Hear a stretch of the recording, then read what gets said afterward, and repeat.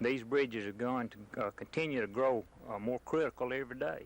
And every day that we keep going with the system as is, we're going to experience more failures. And from this point on, it's going to be just very dangerous on some of our bridges. The engineer's report on this bridge reads like the medical chart of a patient with a terminal illness.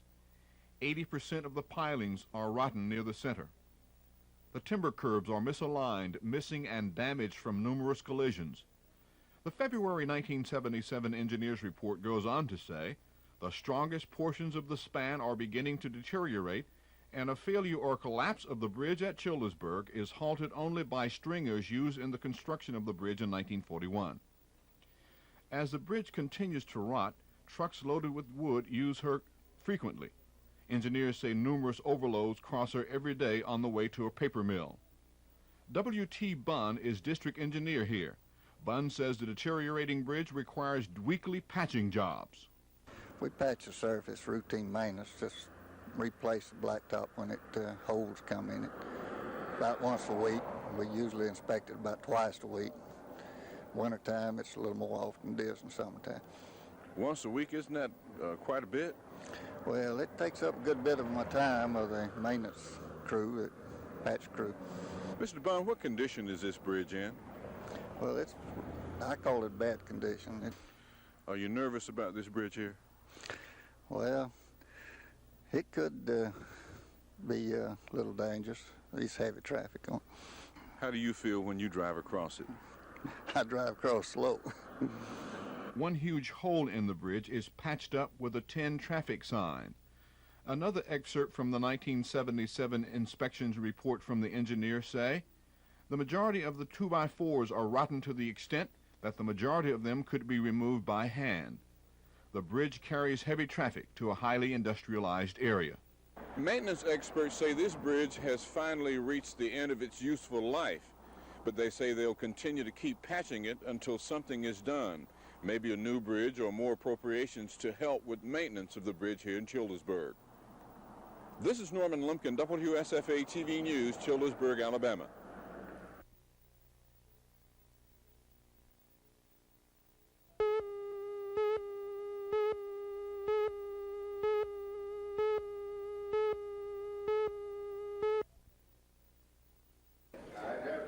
The Alabama legislature appropriates $2 million a year for bridge replacement.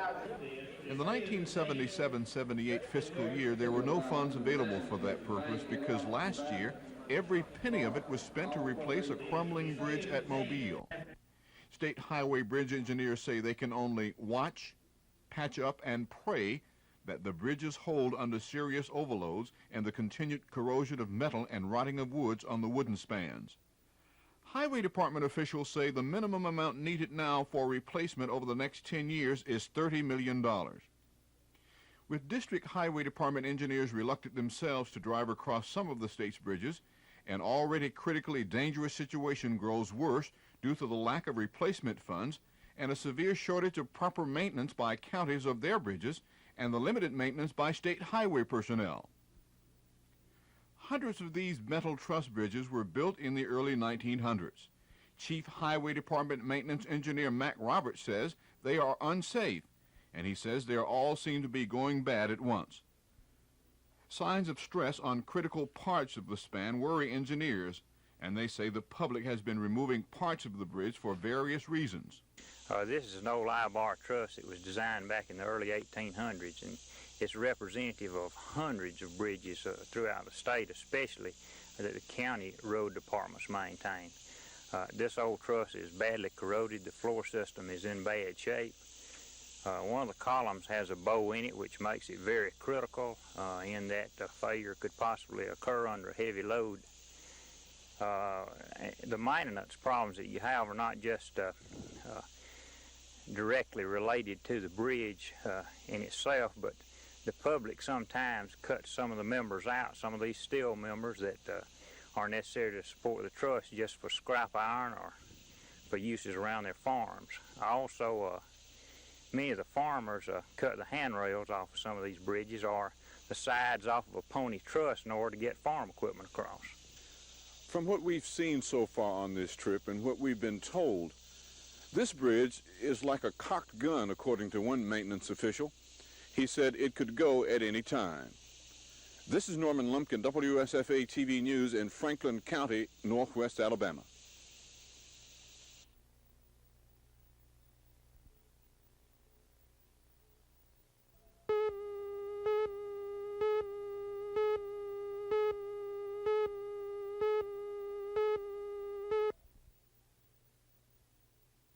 These timbers have rotted, and really the useful life of the bridge is far past. If we had available funds, we should have the bridge replaced immediately, because we do have maintenance problems with it, continuous patching, and there's always that possibility of a failure. State Highway Department engineers say once a bridge is built, most people expect it to last forever. They are only concerned with potholes in the highways. Bridges are taken for granted, maintenance people say. Earlier this week, we toured the state from corner to corner and saw rotting timbers on wooden bridges, corroding steel, buckling support columns at critical sites on some of the bridges. At Red Bay, Alabama, District Engineer Billy Shoemaker showed us this wooden truss bridge. He says it's one of hundreds causing problems and much concern for the safety of those who use the bridges.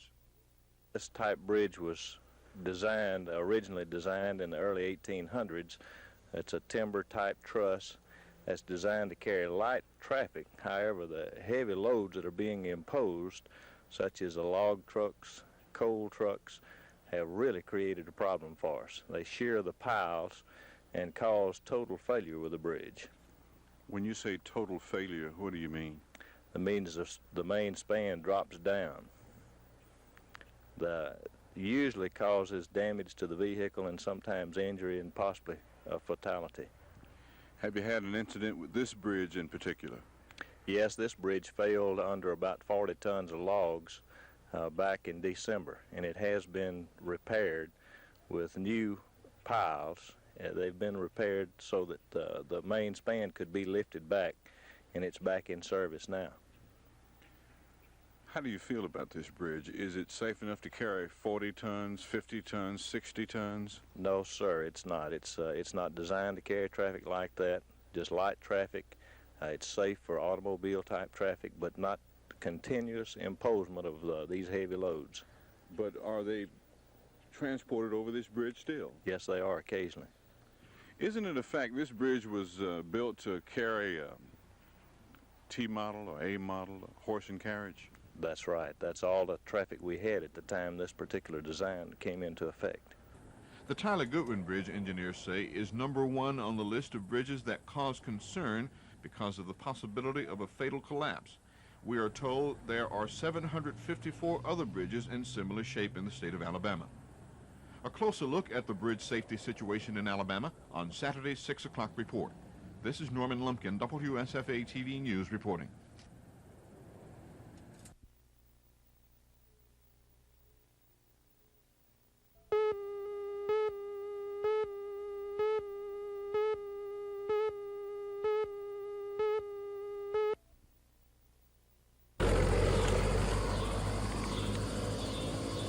The Tyler Goodwin Bridge.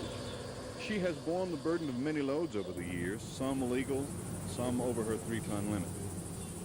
Police say she's been used for murder. Back in the 1950s, authorities say the Ku Klux Klan forced a young black man to jump to his death from this bridge. So far, no one was ever convicted of that death. The bridge still carries loads and overloads, but engineers say she should be closed. State Highway Department engineer Mac Roberts tells why. It's representative of hundreds of other trusses that we have, especially on our county roads, that are beginning to give problems. Many of the primary members are cast iron members that are very brittle, and it doesn't take much to fracture. We, several years ago, discovered that some of the eyes in the bottom cords of these trusses were completely rusted away, and really there was no logical explanation for the bridge even standing.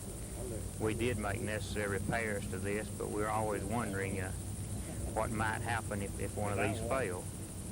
Truss sections are in real bad shape, and these do pose a problem as far as the structure having the potential to collapse. But if you'll note the round circular columns at the beginning of the bridge.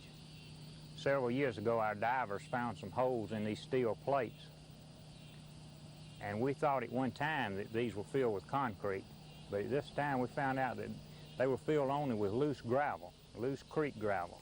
So instead of a concrete column, we now have a column that's composed of just a steel shell filled with loose gravel. Also, the same condition exists on the large pier that supports the entire turn span.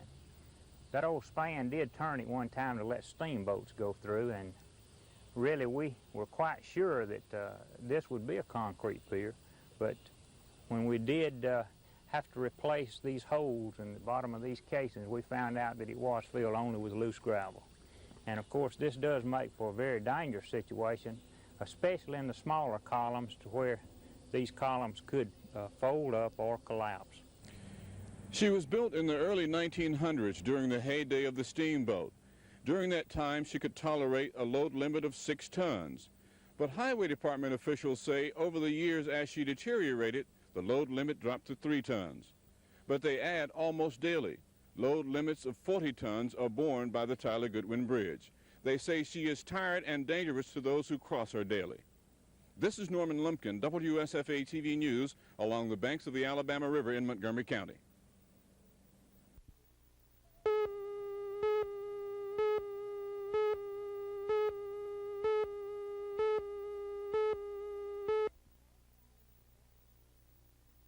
Horace Howell has been a Baptist preacher for 22 years. A native of Calhoun County, Howell has been pastor of the First Baptist Church in Winfield for the past 5 years. But last month, the 45-year-old preacher resigned that position to run for governor in the Democratic primary. He says that strong spiritual and moral leadership will create a more positive working relationship between the governor's office and the legislature.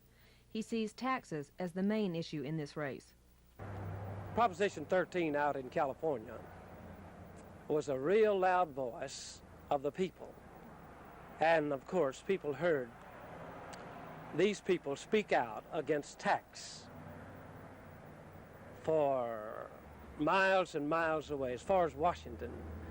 And I think the people in California were saying what the people in Alabama and other states are saying, that we're sick and tired of taxation, of carrying the heavy burden of taxes, when some people are able to dodge and not pay their fair share of the taxes due to loopholes and poorly laws that have been enacted by people who did not have the concern for the people who are known as the working people, such as barbers, beauticians, farmers, the laboring class of people. Horace Howell faces 12 other Democrats for the nomination in the September 5th primary. This is Glenda Webb, WSFA TV News.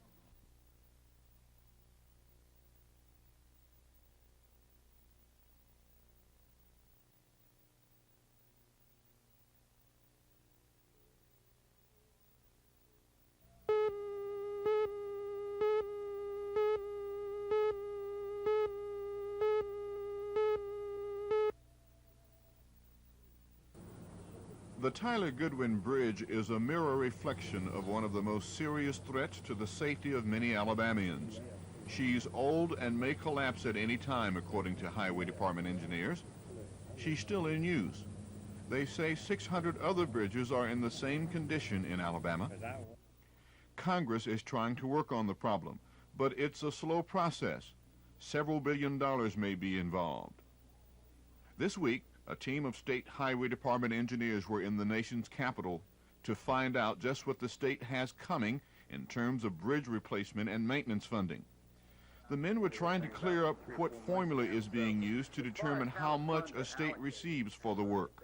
We'd like to find out what influence those cost estimates have on the apportionment of funds. Are the funds apportioned by cost estimates for replacement, or are they apportioned by total number of bridges and their condition, or in other words, get into some of the ABCs of how's this money broken down? Now, do you have the printouts that we have sent you, and have you checked those printouts that we've sent you with the information that you sent us on your tapes? And does that verify with what you sent us? So far it does. Now, I think what you're talking about is,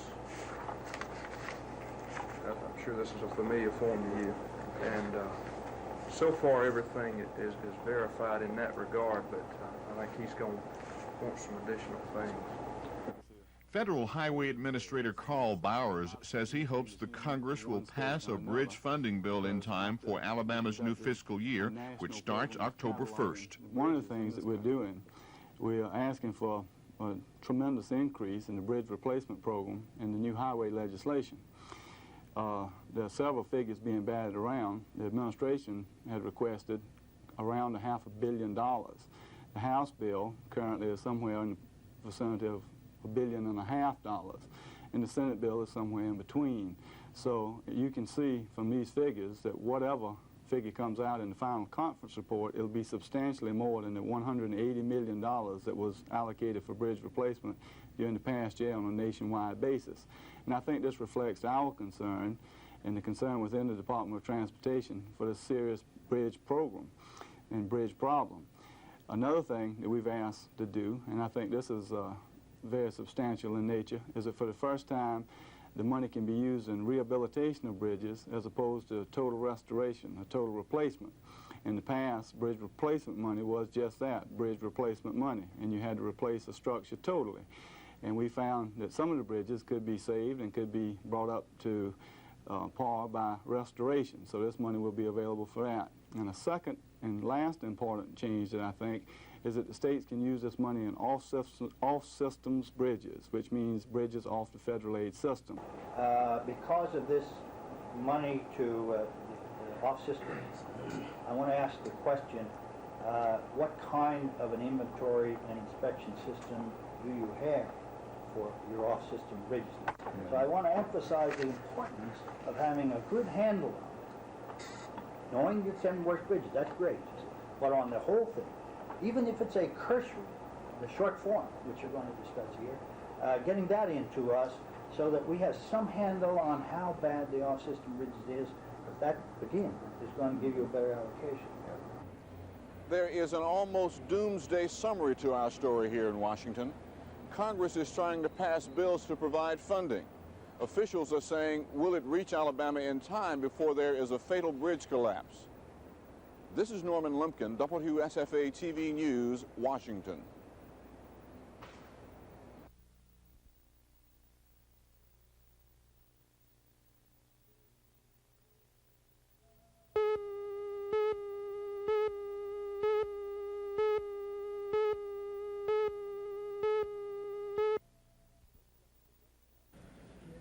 A 37-year-old Democrat, Roberts has just completed his first term in the Alabama Senate.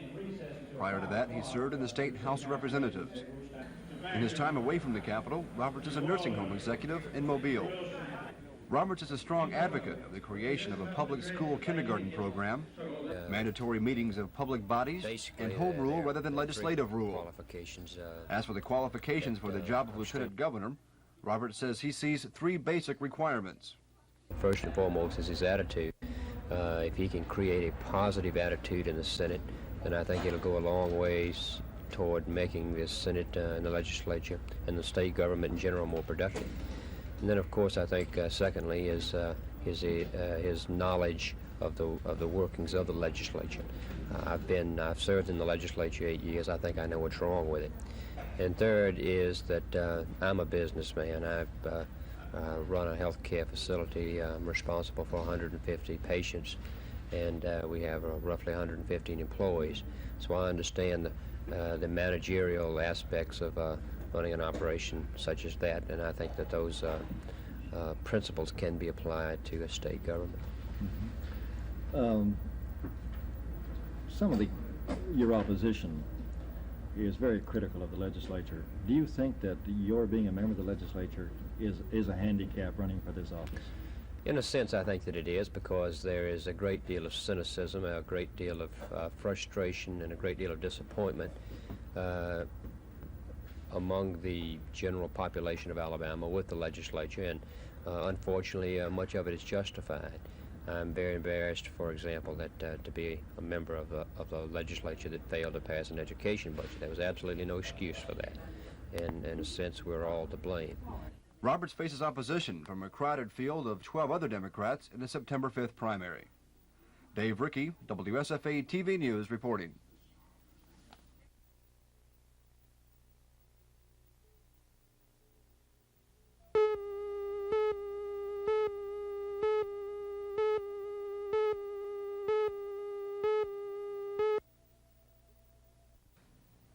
As district attorney for Mobile County and a member of the DA staff since 1971, 33-year-old Charlie Graddick boasts a record of successful prosecutions in 95% of the cases he has tried. He says he will take this record to the Attorney General's office and apply it to a statewide campaign against white-collar crime, drug trafficking, utility fraud, and all other areas affecting the state's general public. I'm going to target career offenders, repeat offenders. I'm going to see that they're professionally prosecuted, put behind bars. I'm going to assign members of my staff to the parole board, the Board of Corrections, and send them into the federal courts. And we're going to block the release of any dangerous, hardened, repeat offender. And we're going to keep them in jail for the time that they should be in jail. When you do that, you're going to reduce crime in the state and protect the people of this state at the same time. You had a bad experience with 11 people on work release? The 11 people that they sent down to me as going to be released on work release were all murderers, robbers, people who sold heroin, assault with intent to murder, rapists. All of them had prior convictions. Each and every one of them had at least 20 or 30 years or more in the penitentiary. Most had dual life sentences. One had the electric chair commuted. All of them had only spent a very short period of time, 5, 6 years in the state penitentiary, and they wanted to release them again. It's the most irresponsible thing I've ever seen in my life. We've got to have someone stand up and point the fingers and stop it. Graddick faces competition from 8 other Democrats in the September 5th primary election. Dave Rickey, WSFA TV News reporting.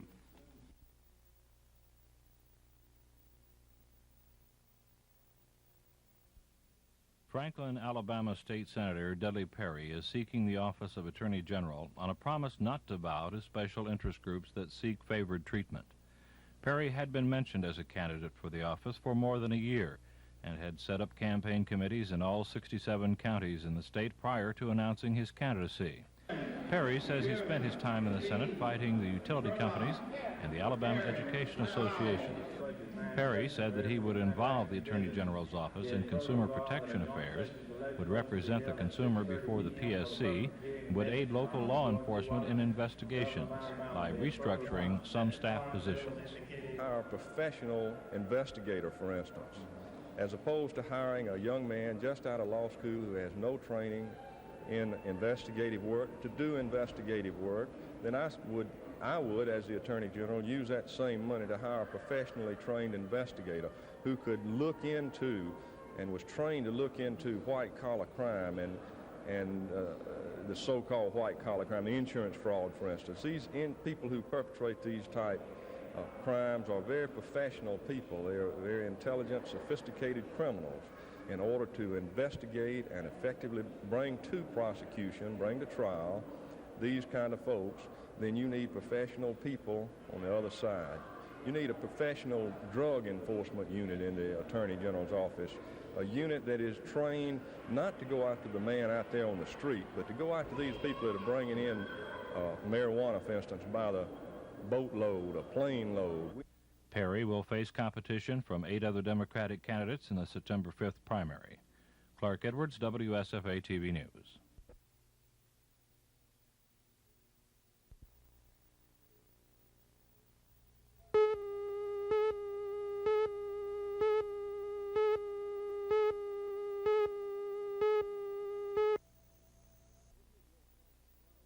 A 38-year-old Prattville trial lawyer, Ted Taylor, claims he is tailor-made for the U.S. Senate. This is his first venture into the political arena, a fact he sees as being an advantage. Taylor says the major problem with the government these days is that while the people have known what the issues are, the elected leaders have not kept in touch with the general public's thinking. At the top of what Taylor calls his top 10 list are inflation and the rising cost of living. The type of inflation we have has basically been created by the government, and we've got to stop it. You see, we've created a deficit that's gone to the extent that it's increased the national debt so that our debt service is almost $60 billion a year. And this money taken out of the debt service is not allowing our private industry and other people to have money available for them to borrow from institutions. A balanced budget, that is, not spending more than we take in, will do more than anything else to correct it in the immediate term. Why the place number 2 for the U.S. Senate? Why in this particular race? I felt that there was a tremendous vacuum in this race. I've never been in a public office, nor have I ever run for public office. But I felt that there was a tremendous vacuum here, and I have watched for some time and waited for someone to come forth in a lot of different races, and they never seemed to do it. The people of Alabama have been good to me, and I want to be of service to the people of Alabama. And it's for this reason that I got into this, because I feel that there's a tremendous gap between myself and the rest of the candidates in this race as far as qualifications are concerned. Do you feel then you're the most qualified for the office? I think if you will examine the qualifications of all the people in this race, there'd be no doubt in your mind or anybody else's mind. Taylor is one of 6 Democrats and 2 Republicans in contention for the U.S. Senate Place 2 in the September 5th primary election. Dave Rickey, WSFA TV News.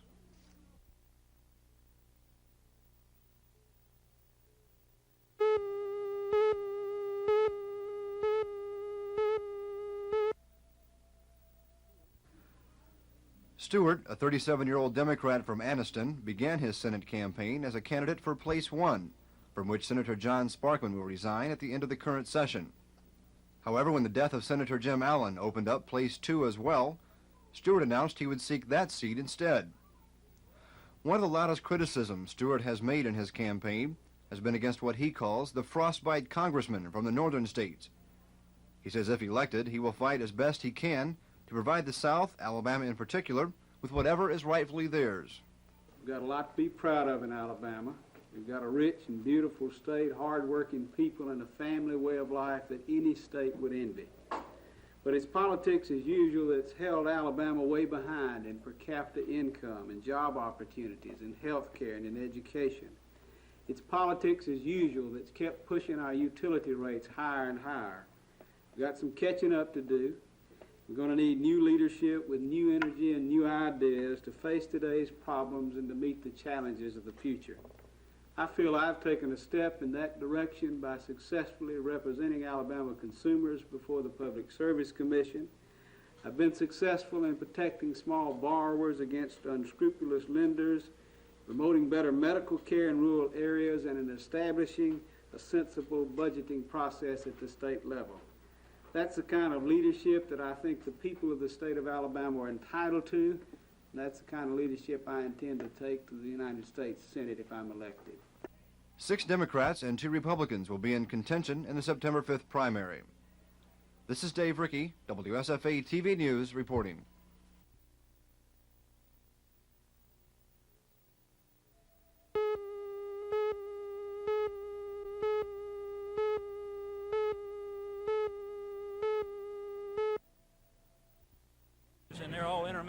Julian McPhillips, a native of Coleman, served 2 years as an assistant attorney general.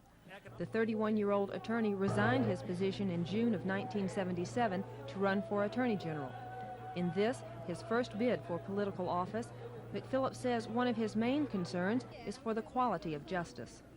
We've had too many people in this state who feel that there's a different standard of justice for the rich than for the poor, for the black, for the white, for the young, for the old, for the female and male frequently. And I want to make justice, equality, and fair play, regardless of those factors, a cornerstone of my administration. Do you feel that these people in Alabama have been getting a fair shake as far as the poor or the black or so forth? Do you feel they've been receiving justice? Well, sometimes they have. I have a lot of hope for justice in Alabama and justice in America. I think we're way ahead of many countries, certainly, in the world. But still, we've got a long way to go.